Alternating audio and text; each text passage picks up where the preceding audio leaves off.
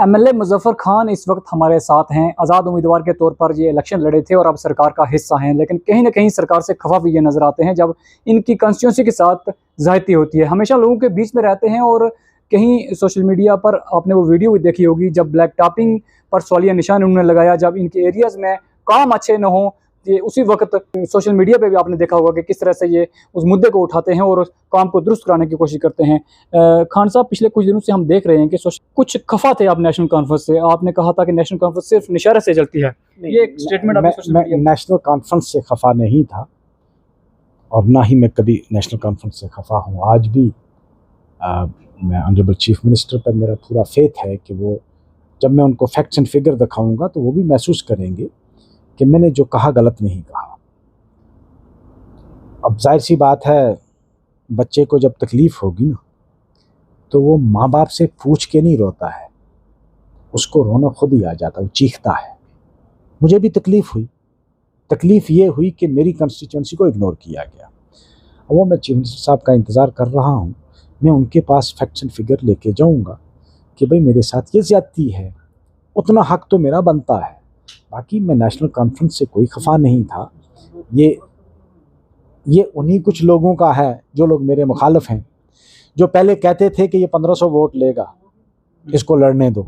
ये वही लोग जाकर कहते हैं कि वो नेशनल कॉन्फ्रेंस से नाराज़ है। मैं कोई नाराज़ नहीं नेशनल कॉन्फ्रेंस से। मतलब साहब, कितनी सड़कें थी, किस जो देखिए, उसमें बहुत कम मुझे फंड मिला। सिर्फ मुझे ही नहीं, रजौरी वालों को भी, बुद्धल वालों को भी, सोनकोट वालों को, पुंछ वालों को बहुत कम मिला बानिस्बत के एक कंस्टिट्यूंसी के जिनको बहुत ज़्यादा पैसा मिला था। तो हमने कहा कि पिछले साल भी वैसा ही हुआ और इस साल फिर वैसा हो गया। पुल्स जो थे, ब्रिज एक सेक्टर है, ब्रिज सेक्टर में हमें कोई ब्रिज नहीं मिला, वहाँ 8 ब्रिज मिले हैं। तो उसके खिलाफ हम, वो तो हमारा हक बनता है, वो हम डिप्टी सीएम साहब से भी जाकर पूछेंगे। ये अलग बात है, नाराज़गी अपनी जगह, हम तो पूछेंगे तो सही कि भाई हमारे साथ ये ज्यादती क्यों। आप नहीं समझते कि इससे बेहतर ये था सीएम से डायरेक्ट बात करते? आपका सोशल मीडिया में वीडियो वायरल होने से कहीं ना कहीं ये सवालिया निशान। देखिए, वो जाहिर सी बात है, मीडिया वालों को पहले से ही वो रिकॉर्ड उनके पास था। उन्होंने मुझे पूछा तो मैं जस्टिफाई तो नहीं कर सकता इसको। मीडिया वालों के पास ऑलरेडी रिकॉर्ड था। जिसने मुझे पूछा उसके पास रिकॉर्ड था, तभी उसने मुझे पूछा। ब्लैक टॉपिंग की हम बात करें तो आपके एरिया में काफ़ी आपने देखा कि बिल्कुल स्पॉट पे जाके आप चेक करते हैं। क्या इस तरह की धांधली जो है वो किस तरह की चल रही है आपके एरिया में, खासकर ब्लैक टॉपिंग? मैंने आज भी डिपार्टमेंट को बुलाया हुआ है, इसमें शक नहीं, धांधली चल रही है। और सबसे बड़ी प्रॉब्लम जो आ रही है कि हमारा पैसा पूरा लैप्स हो गया।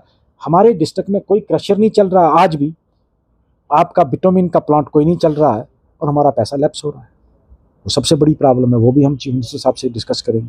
कहीं ये भी प्रॉब्लम आ रही है, लो रेट पर टेंडर जो है वो ठेकेदार ले रहे हैं। प्रॉब्लम है, वो भी प्रॉब्लम है। वो मैं अभी आज करूंगा एक्सीन साहब से बात कि भाई जो एबनॉर्मली लो है उनको रिजेक्ट करना। एमएलए साहब, इसके हट के थोड़े अगर हम बात करें, नेशनल लेवल पर जो इस वक्त तक मुहिम चल रही है, किस तरह से देख रहे हैं आप? क्या नजरिया आपका इस? If the cockroach party can change the system and can bring a better life to the downtrodden poor people, I am ready to join it. Jammu Kashmir की मैं बात करूं तो 370 के बाद सरकार का दावा है कि यहाँ एक इंकलाब आया है, डेवलपमेंट बहुत ज़्यादा बड़े पैमाने पे हुई है। क्या किस नज़रिए से देख रहे हैं? कल जो डेवलपमेंट हुई वही हुई है कि आप लोगों के घर तोड़े जाते हैं, वरना सरकारों का काम है कि घर बना के देना है, लैंडलेस को, होमलेस को छत देना। यहाँ छत तोड़े जाते हैं, ये डेवलपमेंट हुई है। कहीं ना कहीं ये गलती नहीं रहती है कि जब सरकार लैंड पे कोई अपना बसेरा बनाता है तो तब उसे रोका नहीं जाता, लेकिन उसके बाद सरकार लैंड पे उसे 65 के लोग बैठे हैं यार, कुछ 65 से पहले के लोग वहाँ बैठे हैं।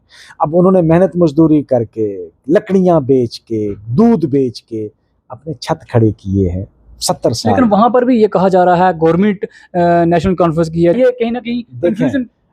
देखें, गवर्नमेंट के मिनिस्टर साहब ने कहा मुझे खबर तक नहीं। ये कैसे हो सकता है कि मिनिस्टर साहब को खबर ना हो? मान सकते हैं नहीं है खबर, क्योंकि ड्यूल सिस्टम है यहाँ। कंट्रोल जो है वो 2 आदमियों के पास है, कैबिनेट के पास भी है और उधर भी है। और ज़्यादा कंट्रोल जो है, जहाँ ज़्यादा कंट्रोल है वही करवाते हैं। ये तो जाहिर सी बात है, इसमें सरकार तो नहीं करवा सकती। जब मिनिस्टर साहब ने खुद कहा कि मुझे पता तक नहीं है और वो खुद गए वहाँ, उन्होंने देखा कि ये फॉरेस्ट की लैंड ही नहीं है। लेकिन एलजी साहब की जब स्टेटमेंट आती है, उनका कहना है कि सिर्फ लॉ एंड ऑर्डर मेरे पास है, बाकी सब कुछ सरकार के पास है। तो ये कहीं ना कहीं इस डिबेट के लिए बहुत टाइम चाहिए। कानूनी तौर पर everything is in the control of the LG.